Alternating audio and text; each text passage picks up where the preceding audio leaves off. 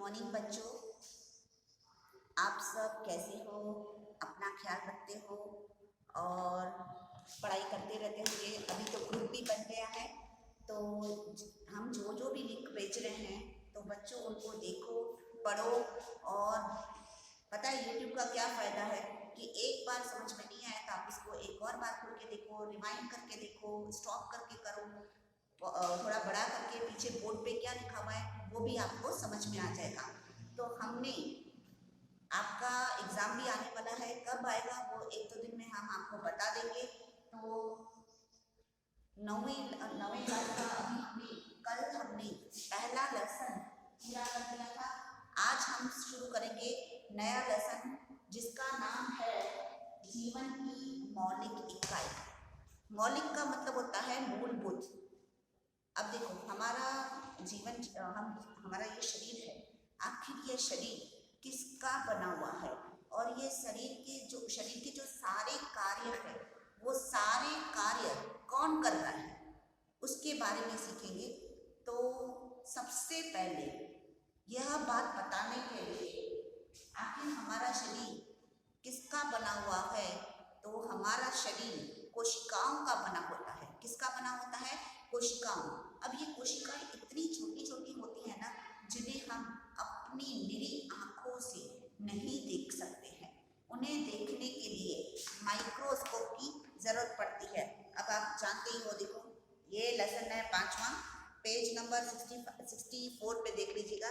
ये होता है माइक्रोस्कोप। अब बच्चों आप भी बीमार पड़ते हो, कोई बुखार आता है, यहाँ देखो आजकल कोरोना है तो कोरोना में टेस्ट करवाना चाहते हो, लेकिन आपका सैंपल लेते हैं, लेकिन सैंपल लेकर वो किसके नीचे देखते हैं? स्लाइड बनाकर माइक्रोस्कोप के नीचे। तो ये कोशिकाओं को हम निरी आंखों से नहीं देख सकते, उन्हें देखने के लिए माइक्रोस्कोप की आवश्यकता पड़ती है। तो ये सब अध्ययन अभी नहीं हुआ है, सालों पुराना है, बहुत साल पहले। तो सबसे पहले हम कह सकते हैं कि आपको कोई कहता पूछता है कोशिका यानी क्या, तो आप कहोगे कि जीवन की ये मूलभूत इकाई है। अब आप कहोगे मूलभूत इकाई का मतलब क्या? अब जैसे देखो ये पूरी बिल्डिंग है, ठीक है, ये कमरा है, ये किसका बना हुआ है? ये पूरा कमरा है, सीमेंट का है, ईंट का है, रेत पत्थर का है। तो यहाँ पर जो ईंट है, ईंटों के बनी दीवारें बनी है, दीवारों से कमरा बना है, कमरे से बिल्डिंग बनी है। तो ये जो ईंट है यही कहलाती है इसकी मौलिक इकाई यानी मूलभूत इकाई, ठीक है। अब इसी से ये सारा बना है। अगर ये ईंटें ही नहीं होती, ये सब चीज़ें होती तो वो नहीं बनता। तो ठीक इसी तरह से हमारा शरीर, चाहे हमारा शरीर है चाहे पादप यानी वनस्पतियों का शरीर, सबका शरीर किसका बना हुआ है? कोशिकाओं का द्वारा। किसके द्वारा बना हुआ है? कोशिकाओं के द्वारा। और यह सब बात बताने के लिए जो पहला वैज्ञानिक था उसका नाम था रॉबर्ट हुक। क्या नाम था? Robert Hooke. सन 1665 में रॉबर्ट हुक ने जो कॉर्क है, जो अब पेड़ की छाल है, कॉर्क नहीं तो आपके शक्कर के शीशे होते हैं, ठीक है, उसके ऊपर जो ढक्कन लगाते हैं तो वो कॉर्क कहलाता है, जो लकड़ी का होता है। तो पेड़ की छाल को उन्होंने माइक्रोस्कोप के नीचे रख के देखा तो उनको छोटे छोटे कोष्ठ दिखाई दिए, जो बहुत छोटे, जो सिर्फ माइक्रोस्कोप के द्वारा दिखे जा रहे थे, वो छोटे छोटे कोष्ठ दिखाई दिए। उन कोष्ठों को ही, और उसकी जो रचना थी मधुमक्खी के छत्ते के जैसी, मधुमक्खी का छत्ता कैसे होता है ऐसा अंदर से दिखाई दिया। और वो जो छोटे छोटे कोष्ठ थे उन्हीं को हम क्या कहते हैं? कोशिका कहते हैं। उन्हीं को हम क्या कहते हैं? कोशिका कहते हैं। तो आखिर में ये पॉइंट हम कह सकते हैं कि हम सबका शरीर, चाहे पेड़ पौधे हैं, चाहे जंतु है, चाहे जानवर है, किसी का भी शरीर किसका बना हुआ है? कोशिकाओं के द्वारा। किसी का शरीर एक कोश के द्वारा बना होता है, किसी का शरीर बहुत सारे कोशों के द्वारा बना होता है। तो आपको पूछा जाता है परिभाषा, कोशिकाओं की परिभाषा बताओ, तो आप कहोगे कि सजीव की रचनात्मक यानी जो रचना हो रही है, और क्रियात्मक यानी ये जो अंदर ही अंदर क्रियाएं हो रही है, रचनात्मक और क्रियात्मक इकाई को ही हम क्या कहते हैं? कोशिका कहते हैं। क्या कहते हैं? कोशिका। चलो आपने, मुझे लग रहा है 8वीं में आपने ये प्रयोग जरूर किया था, ठीक है। ये प्रयोग कैसे करते हैं?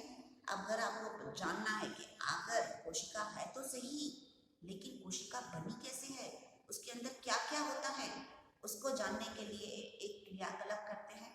एक प्याज ले लो, उसको छील लो, और जब आप छीलते हो तो एक पतली सफेद परत सी दिखती है, ठीक है। पतली सफेद परत को स्लाइड पे रख दो। आप कहोगे स्लाइड का मतलब क्या? स्लाइड जब आप ब्लड टेस्ट करवाने जाते हो तो एक कांच की पट्टी पे ऊपर आपका ब्लड का सैंपल रखते हैं ना, तो वही कहलाती है स्लाइड। उसके ऊपर रखो और उसके ऊपर सेफ्रॉन डालो और उसको कवर स्लिप से ढक देते हैं, और उसके बाद उसको हम किससे देखते हैं? कि हम इसको निरी आंखों से तो नहीं देख सकते बच्चों, कोशिकाओं को निरी आंखों से नहीं देखा जा सकता है, तो हम कोशिकाओं को किसके द्वारा देखेंगे? माइक्रोस्कोप के द्वारा, सूक्ष्मदर्शी यंत्र के द्वारा, ठीक है। तो हमें इस तरह की रचना दिखाई देगी। देखो यार, आप दिख रहा है आपको इधर, और इधर किताब में भी दिया हुआ है, देखो इधर ये रचना दी गई है। तो ये सब कोशिकाएं हैं। अब इसके कौन से भाग है ये मैं आगे करके बताऊंगी। उसके बाद ठीक इसी तरह से आप यह प्रयोग, आप कोई भी पत्ती है उसको ले लो और पत्ती का धीरे धीरे धीरे हरा भाग निकाल दो, या पत्ती को छील दो, ऊपर से निकाल दो, फिर ट्रांसपेरेंट हो जाएगा वो पूरा, और उसको फिर थोड़ा सा टुकड़ा लेकर किसके नीचे रख के देखो, स्लाइड के नीचे, और कवर स्लिप रख के फिर माइक्रोस्कोप के द्वारा देखो, तो आपको भी उसमें भी सेम यही रचना दिखाई देगी, ठीक है। अब ये तो बात कर दी हमने पादप कोशिका के बारे में। पादप का मतलब क्या होता है? वनस्पति कोशिका। पादप का मतलब होता है वनस्पति कोशिका। सब जीव कहलाते हैं, चाहे पेड़ पौधे हो चाहे हम सब में जान है, और हम सब किसके बने हुए हैं बच्चों? हम सब बने हुए हैं कोशिकाओं के द्वारा। अब पादप कोशिकाओं का हमने सीख लिया, लेकिन हमारा जो शरीर है वो बहुत सारे कोशों के द्वारा बना हुआ है, तो उसमें भी अलग अलग तरह की कोशिकाएं हैं। मान लो हमारे शरीर में है कोशिकाएं, रक्त कोशिकाएं जो रक्त के लिए जिम्मेदार है, अस्थि, अस्थि यानी हड्डियां, अस्थि कोशिकाएं, तंत्रिका कोशिका, तंत्रिका कोशिका, उसके अलावा शुक्राणु कोशिका। तो इस तरह से अलग अलग कोशिकाओं के द्वारा हमारा शरीर बना हुआ है, और उन अलग अलग अंगों के आधार पर या कार्य के आधार पर उनका नाम रखा गया है। तो इतना आपने समझ लिया। तो मैंने आपको बताया हम सबका शरीर किसका बना हुआ है? हम सबका शरीर कोशों के द्वारा बना हुआ है, ठीक है। अब ये कोशों के द्वारा बना हुआ है। अब ये कोश के अंदर की रचना कैसी होती है वो मैं आपको बताऊंगी। उसके पहले जीवों का वर्गीकरण, चाहे जीव कौन से हो, चाहे पादप हो चाहे जंतु, चाहे पादप हो चाहे जंतु हो, तो जीवों का वर्गीकरण कोशिका संख्या के आधार पर, मतलब उसके अंदर कितने कोश है उसके आधार पर उसका वर्गीकरण यानी अलग किया गया है। अलग करना मतलब जैसे तुम्हारी मम्मी घर में क्या लेके आती है, शुगर भी लेके आती है, चावल भी लेके आती है, नमक भी लेके आती है, तो ये सब भले सफ़ेद चीज़ें हैं पर आप उनको क्लासीफाई करते हो ना। जैसे आप शुगर को जो चाय में यूज़ होती है उसको अलग रखोगे, इसी तरह से समझो सफ़ेद चीज़ों का आपने अलग रख दिया। दूसरी चीज़ें हैं जैसे काली मिर्ची है, चाय पत्ती है, तो उसको अलग किया, क्लासीफाई करते हो। फिर गुणों के आधार पर आप क्लासीफाई करते हो, अलग करते हो, वर्गीकरण करते हो। तो वैसे ही जीवों का वर्गीकरण कोशिका संख्या के आधार पर, संख्या का मतलब एक कोश और बहुकोश, बहुकोश का मतलब होता है बहुत सारे कोश, उसके आधार पर। तो संख्या के आधार पर कोशिका के कितने भाग किए गए हैं बच्चों? 2 भाग। कितने भाग?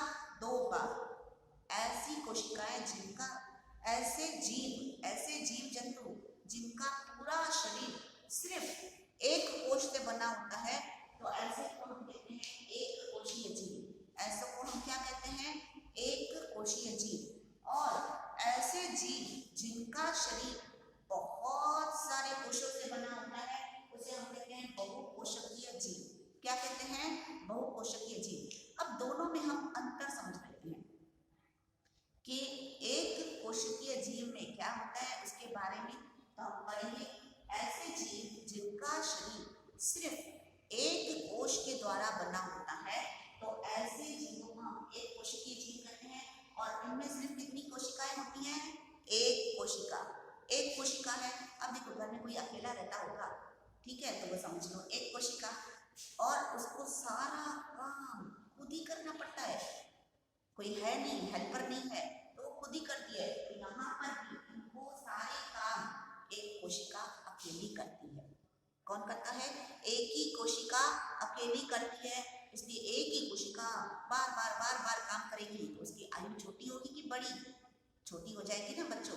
तो आप ऐसे छोटी छोटी कोड वर्ड में बनाकर फिर भले आप इसको बड़ा करके लिख सकते हो। हमारे पास इतनी जगह नहीं है, इसलिए हम छोटा छोटा करके लिखते हैं। तो एक कोशिकीय जीव में ऐसे जीव जिनका शरीर सिर्फ एक कोश से बना होता है, तो ऐसे जीवों को हम एक कोशीय जीव कहते हैं। इनकी आयु कम होती है और इनके जो भी काम है वो खुद अकेले करते हैं। सारे कार्य एक कोशिका ही करती है, ठीक है। उदाहरण के रूप में अमीबा, पैरामीशियम, जीवाणु, जीवाणु यानी बैक्टीरिया, ये सबका शरीर सिर्फ एक कोश से बना होता है। इसके लिए ऐसे जीवों को हम क्या कहते हैं? एक कोशिकीय जीव, ठीक है। अब दूसरा प्रकार है संख्या के आधार पर बहुकोशिकीय जीव। देखो बहु नाम से ही प्रतीत हो रहा है, बहु यानी बहुत सारे ऐसे जीव जिनका शरीर बहुत सारी कोशिकाओं से बना होता है, तो ऐसे जीवों को हम बहुकोशिकीय जीव कहते हैं। और इनकी आयु अधिक होती है। अब देखो समझ लो, आयु अधिक क्यों होगी? क्योंकि वो कार्य एक कोश अकेला नहीं कर रहा है। समझो एक घर है जिसमें 4-5 लोग रहते हैं, तो 4-5 लोग मिलजुल कर काम कर रहे हैं, एक अकेला काम नहीं कर रहा है, मिलजुल कर काम कर रहे हैं। कार्य का बंटवारा हो रहा है, ये काम इसने किया, ये काम इसने किया, ये काम इसने किया। तो बहुकोशिकीय जीव में भी क्या होता है? कार्य का विभाजन होता है। सब कार्य अलग अलग कोशिकाएं, ये कोशिका ये काम करेगी, ये कोशिका ये काम करेगी, इस तरह से कार्यों का विभाजन होता है। इसकी वजह से इनकी आयु भी अधिक होती है। जैसे उदाहरण के तौर पर हम लोग मनुष्य, ह्यूमन बींग्स, हम सब बहुकोश के द्वारा बने हैं। हमारा शरीर एक कोश से नहीं बना बच्चों, हमारा शरीर बहुत सारे कोशों के द्वारा बना हुआ है। दूसरे पेड़ पौधे, हाथी, चींटी, जो भी ले लो, ये सब बहुकोशी हैं जिनका शरीर बहुत सारे कोशों के द्वारा बना हुआ है। तो बच्चों मैं एक बात कहना चाहती हूँ कि मेरे मोबाइल में हो सकता है आवाज़ आपको धीरे सुनाई दे, तो आपको क्या करना है?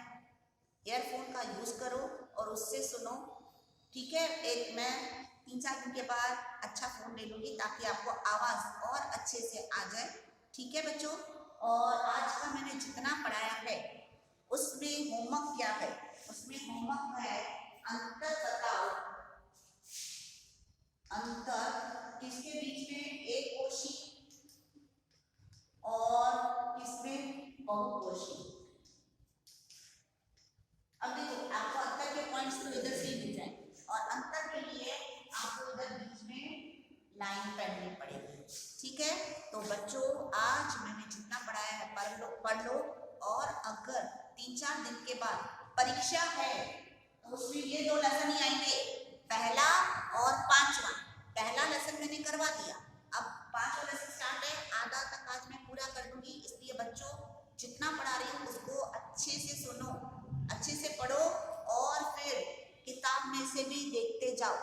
जितना मैंने पढ़ाया है मैंने पढ़ाया, किताब में देखोगे तो बिल्कुल याद पड़ जाएगा, ठीक है। तो अपना ध्यान रखना, कहीं बाहर मत जाना।